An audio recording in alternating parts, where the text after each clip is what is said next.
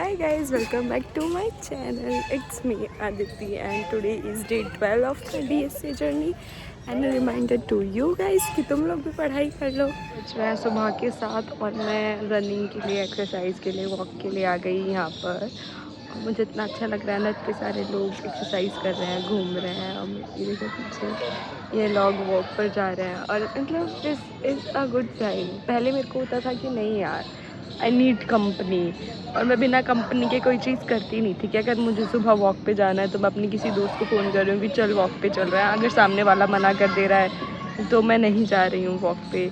या जिम जाना है तो किसी एक पर, मतलब तुम डिपेंडेंसी, मैं डिपेंडेंट हो गई थी बहुत सारी चीज़ के लिए, बहुत सारे लोगों पर, कि साथ में ही खा, मतलब अकेले बैठ के नहीं खा सकती, 3-4 लोग चाहिए, या मेरी एक दोस्त चाहिए जिसके साथ मैं बैठूँ, या सीट पर अकेले नहीं बैठ सकती, अकेले बैठ कर के क्लास में पढ़ाई नहीं कर सकती। तो वो सारी चीज़ों को मैंने बहुत रिड्यूस करा है। मैंने खुद की कंपनी को एंजॉय करना शुरू करा है और देखो आज मैं अकेले बैठी हूँ और मुझे बहुत अच्छा लग रहा है, मुझे बहुत मज़ा आ रहा है। ज़्यादा ज्ञान नहीं दे रही हूँ। डिपेंडेंसी मत रखो किसी पर। थोड़ी बहुत ठीक है कि हाँ तुम बहुत टूटे हुए हो, बहुत दुखी हो, बहुत रोना आ रहा है तो किसी दोस्त को फ़ोन मिला दिया कि है यार ऐसा हो रहा है मेरे साथ में, ये सारी चीज़ें हैं, how to overcome this and drama drama drama. But बहुत डिपेंडेंसी मत रखो किसी पर भी, किसी को दुनिया मत बनाओ। मेरी बहुत बड़ी गलती है कि मैंने बहुत सारे लोगों को अपनी दुनिया बना लिया था कि she is my best friend और he is my best friend, और वहाँ पे जाना है तो अपने वो फ्रेंड सर्कल के साथ जाना है, सो कॉल्ड ट्रिप पर जाना है तो फ्रेंड सर्कल के साथ जाना है। ये सारी चीज़ें एक बेकार आदत है। अगर तुम बहुत ज़्यादा, मतलब अगर तुम उन लोगों के बिना कुछ नहीं कर पा रहे हो तो this is a bad habit, उसको सुधारो थोड़ा। अब मैं एक्सरसाइज करने जा रही हूँ, ज़्यादा ज्ञान नहीं दूँगी, ज़्यादा ज्ञान अच्छा भी नहीं होता है, वो थोड़ा सा हैवी हो जाता है इतनी सारी ज्ञान की बात कर दी, डाइजेस्ट कैसे करूँ। तो रिलैक्स, चिल मारो, कोशिश करो धीरे धीरे चीज़ें कम करने की। पूरी तरह से कम तो एकदम से नहीं होगी, पर कोशिश करो धीरे धीरे धीरे धीरे चीज़ें कम हो। I'm done with my exercise.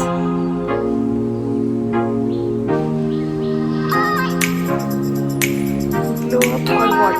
Ready हो करके आ गई हूँ, मैं नहा ली हूँ और अभी सुबह के 9 बज रहे हैं। मैं ब्रेकफास्ट करने के लिए बैठ गई हूँ। मैंने 8 बजे एक्सरसाइज ख़त्म कर ली थी। उसके बाद में पूजा करना, नहाना, ऐसे घूमना, मम्मी को परेशान करना, वो सब करने के बाद में मैं खाना खाने बैठ गई हूँ और मैं पति पत्नी और पंगा देख रही हूँ। तो हेयर, मतलब मैं ऐसे कंट्रोल करती हूँ अपने बिंज वॉचिंग कि मैं दिमाग में सेट करके रखती हूँ कि नहीं बस एक एपिसोड देखना है, या फिर मैं जब तक खाना खा रही हूँ तब तक ही चलाना है, और थोड़ा सा 10-15 मिनट ऊपर नीचे कर सकती हूँ, पर बस तभी तक देखना है। नहीं तो फिर अगर एक बारी वो चल गया ना फ्लो में तो वो ख़त्म नहीं होता है। ऐसे ही कल हुआ था, मैं एक वेब सीरीज़ देख रही थी और जब तक वो ख़त्म नहीं हुई मैं उठी नहीं बीच बीच में। अच्छा अब क्या हुआ, अब क्या हुआ, अब क्या हुआ, वो सस्पेंस बना रहता है। तो इसको करने के बाद मैं पढ़ाई करने बैठूँगी और फिर उसके बाद अपडेट देती हूँ।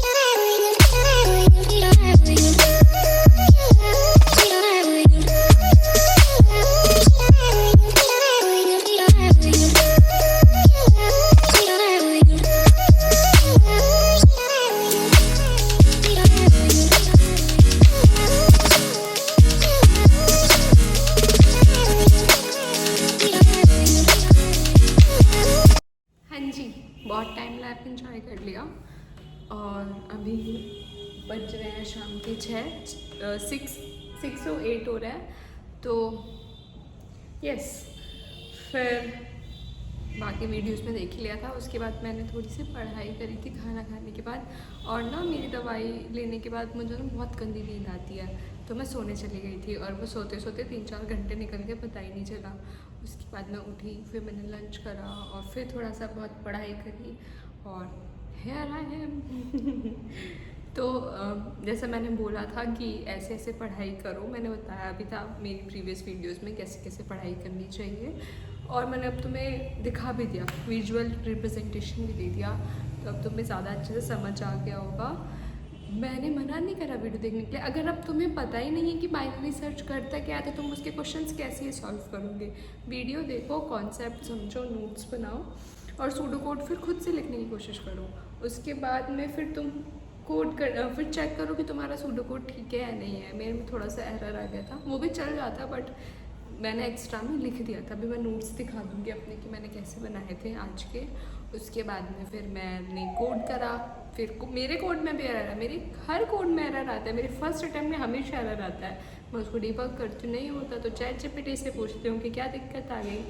तो मेरे उसमें इंडेक्स, मैं वो एलिमेंट रिटर्न कर रही थी पर मुझे इंडेक्स रिटर्न करना था, तो मैं टाइम लैप तो बना ही रही थी, तो लिखने की जगह मैंने फिर कॉपी पेस्ट कर दिया। तो ऐसे मैं पढ़ाई करती हूँ, तुम लोग भी ऐसे पढ़ाई कर सकते हो। और हाँ यार ठीक है, एक और चीज़ थी कि तुम बहुत सारे कमेंट्स कर रहे हो और अभी तुरंत ही तुम्हें रिप्लाई चाहिए, वो तो पॉसिबल नहीं हो पाएगा। मैं कोई नाराज़गी नहीं दिखा रही हूँ, बट थोड़ा पेशेंस रखो यार। अब मेरे पास में 20 कमेंट्स आए हैं और हर एक इंडिविजुअल इंसान ने अपना एक कमेंट करा है, तो उसके दिमाग में तो ये होगा कि यार मैंने कमेंट करा है पर रिप्लाई नहीं आया। पर मेरे पास तो 20 कमेंट आए ना, मुझे तो 20 लोगों को रिप्लाई देना है, तो धीरे धीरे करके तो रिप्लाई दूंगी। मैं सबके कमेंट्स पढ़ती हूँ, मेरे पास है स्क्रीनशॉट लेके रख रखा है मैंने कि जिसके मेरे को कमेंट्स के रिप्लाई करने, सबके कमेंट्स हैं मेरे पास में। तो थोड़ा सा रिलैक्स हो जाओ, चिल हो जाओ। और दूसरी चीज़ भाई, दीदी दीदी दीदी दीदी, मैं सिर्फ तुमसे 1 साल ही बड़ी हूँ, ठीक है, तुम दीदी बोल रहे हो ठीक है, पर मुझे तो ऐसा लग रहा है कि इतना दीदी दीदी लिख दिया, मैं खुद को दीदी करके बात करने लग गई हूँ। मम्मी से बात कर रही थी तो अभी कि मम्मी, मैं कह रही हूँ कि दीदी कह रही है ऐसे, मम्मी कहते हैं कि क्या दीदी, क्या मतलब तुमने मुझे जगत दीदी बना दिया है, मुझे तो ये लग रहा है। पर ठीक है, इट्स ओके, तुम कैसे भी मुझे एड्रेस कर सकते हो, बट जनरली हम अपने सीनियर्स को सर और मैम करके मतलब रिस्पेक्ट देने के लिए सर और मैम करके बोलते हैं। अगर जो जो नया है उसको बता देती हूँ, फ्यूचर में काम आएगा, क्योंकि तुम मोस्टली जब भी तुम अपने सीनियर से फेस टू फेस मिलोगे तो तुम उनको सर और मैम कर ही एड्रेस करोगे। ओके जी। मैं तुम्हें दिखा देती हूँ, मेरे पास एक मेरी नोट डायरी है, उनको गिफ्ट मिली थी ये, तो इस पर मैं अपना सारा इस पर एक अच्छा सा नोट भी लिखा हुआ था, yes it's all blank, maybe you can cry over the past और can write a new story. और उसके बाद से मैंने डिसाइड कर लिया था कि नहीं, अब जो भी मेरे साथ बुरा हुआ हो गया, पर अब मुझे सब अच्छा अच्छा ही करना है। फिर मैंने जिस दिन मैंने अपनी जर्नी शुरू करी थी, उस दिन मैंने यहाँ पे डेट लिखी थी 25 में, और मैंने डिसाइड कर लिया था, हैक विद इन्फी आ रहा था उस वक्त, तो मैंने डिसाइड कर लिया था कि कुछ भी हो जाए अब तो मुझे एक क्रैक करना ही है, मुझे इन्फोसिस में इंटरव्यू क्लियर करना है, सब चाहिए सारी चीज़ें। एंड देन उसके बाद में मतलब इन्फोसिस की भी एक अलग कहानी है, अगर तुम्हें जाननी है मेरा इन्फोसिस का एक्सपीरियंस तो यू कैन कमेंट, मैं कोशिश करूँगी वीडियो बनाने की। 10 करोड़ कमेंट आएंगे तो सब्र रखना पड़ेगा, ठीक है, तुम सब्र रखो, नहीं तो बहुत पीटूंगी, किसी की भी रिप्लाई नहीं करनी। क्यों? अगर ज़्यादा टट्टर करेगी मैम ये वो, दीदी ये वो, फिर ना उसके बाद देखो मैं दिखाती हूँ मैंने अपनी तैयारी कैसे करी थी। कंसिस्टेंसी के बारे में बात हो रही है तो कंसिस्टेंसी की बात करते हैं। देखो फिर 25 जुलाई को आई बी कोडिंग राउंड क्लियर हो गया है, अच्छा गया है, अब इंटरव्यू चाहिए और ये चाहिए, मतलब ये मेरा मोटिवेशन कि अब करना ही करना है। उसके बाद 25 को मैंने अपने टॉपिक्स लिखे कि मुझे क्या क्या करना है, रिकर्जन की 22 videos, 5 questions of NeetCode, फिर DBMS करना है, ओप्स करना है। उसके बाद में 26 जुलाई का टारगेट लिखा, 27 का लिखा, टिक मार्क कर लिया जो जो हो गया। उसके बाद में 28 का लिखा, फिर 29 का, 30 का, 31 का, ऐसे करके मैंने सबके टारगेट लिखे। इसमें कुछ दिन मेरे स्किप हो गए थे, बट मैंने कोशिश करी थी कि मैं सब करूँ। फिर मेरा इंटरव्यू आ गया बट वो क्लियर नहीं हो पाया। एनीवेज, पुराने दुख को, गड़े मुर्दों को निकाल, कुछ तो होता है ना, पुराने गड़े मुर्दों को और नहीं खरोचते हैं, समथिंग यार पता नहीं, अजीब ही है। मेरे को नहीं याद वो सेंटेंस, पर ठीक है, तुम लोग समझ गए ना मैं क्या कह रही हूँ। फिर उसके बाद आज का मतलब मैं तुम लोगों का भी टॉपिक लिखती हूँ कि मुझे किसके ऊपर वीडियो बनानी है और ये सारी चीज़ें, तो थोड़ी सी शांति रखो, सब्र रखो, सबका रिप्लाई दूँगी। मेरे सर पे मत चढ़ो, मेरे को बहुत प्रेशर फील होता है कि यार शिट अब रिप्लाई करना है, मेरा दिमाग ख़राब हो जाता है। तो ठीक है, आज मैंने बताया कि मेरी कंसिस्टेंसी का राज क्या है, मैं दिमाग में सेट करके चलती हूँ कि मुझे चाहिए क्या, आज करना है तो करना है। पूरा शायद ना हो पाए या कर ना पाऊँ, पर उसमें से कुछ तो करने की कोशिश करती हूँ हमेशा। और पिछले 12 दिन से मैंने पूरी कोशिश करी है कि मैं कुछ ना कुछ तो रोज़ करूँ। मेरा पिछले 12 दिन से एक भी दिन ख़राब नहीं गया है, और इसलिए मैं सिर्फ तुम लोगों को बोलती रहती हूँ कि तुम लोग भी मेरे को कमेंट करोगे ना नीचे कि आज का तुमने टारगेट कंप्लीट कर लिया, फिर नेक्स्ट डे कंप्लीट कर लिया, तो तुम्हें आदत हो जाएगी। तो अगर तुम एक दिन स्किप करोगे तो तुम्हें ये होगा कि हाई लाइफ में कुछ मिसिंग है।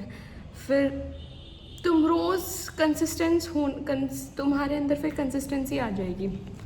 ऐसे ही मैंने अपने मतलब जब मैंने दिसंबर में शुरू करा था अपना लीड कोड, उसके बाद में मैं रोज़ सबमिशन करने की कोशिश करती थी। देखो यहाँ से मैंने पूरा ये रोज़ करा, एक भी दिन स्किप नहीं करा। यहाँ पे स्किप हो गया गलती से, फिर यहाँ पे भी गलती से, उसके बाद में ये थोड़ा सा गोल हो गया।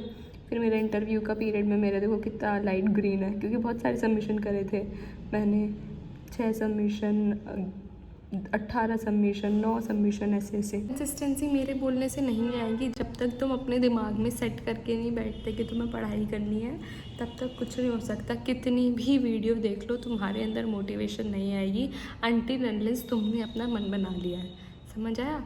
और that's it for the video. फिर बहुत लंबा हो जाता है और बोरिंग सा हो जाता है, तो इसको इतना ही रखता है।